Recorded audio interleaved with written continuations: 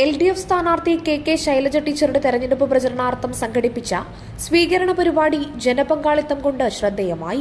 മണ്ഡലത്തിലെ വിവിധ കേന്ദ്രങ്ങളിൽ നടന്ന സ്വീകരണ പരിപാടികളിൽ ചലച്ചിത്ര താരങ്ങളായ മാല പാർവതി, നിഖില വിമൽ എന്നിവർ പങ്കെടുത്തു. LDF സർക്കാരിന്റെ തുടർഭരണത്തിന്റെ ആവശ്യകതയെക്കുറിച്ചും ടീച്ചറുടെ വിജയത്തിന്റെ പ്രസക്തിയെക്കുറിച്ചും ഇരുവരും സംസാരിച്ചു. പര്യടനത്തിലുടനീളം വൻ സ്വീകരണമാണ് സ്ഥാനാർത്ഥിക്ക് ലഭിച്ചത്.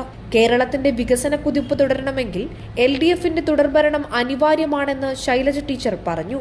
പേരാവൂരിന്റെ മുഖച്ഛായ മാറ്റാനും സമഗ്രമായ വികസനം കൊണ്ടുവരാനും ജനങ്ങൾ ഇടതുപക്ഷത്തിനൊപ്പം നിൽക്കണമെന്ന് ടീച്ചർ അഭ്യർത്ഥിച്ചു.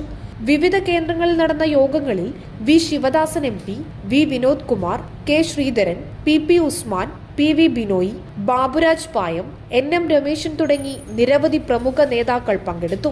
കഴിഞ്ഞ 10 വർഷക്കാലം പരിമിതമായ വിഭവത്തിനകത്ത് നിന്നുകൊണ്ട് സാധിക്കാവുന്ന മനുഷ്യസാധ്യമായ എല്ലാ നിലയിലും ഈ കേരളത്തെ LDF മുന്നോട്ടേക്ക് കൊണ്ടുപോയി എന്ന് ജനങ്ങളോട് പറയുന്നതിൽ ഞങ്ങൾക്ക് വലിയ സന്തോഷവും. സ്ഥാനാർത്ഥിയെ വിജയിപ്പിക്കേണ്ടതിന്റെ പ്രാധാന്യത്തെക്കുറിച്ച് നേതാക്കൾ സംസാരിച്ചു.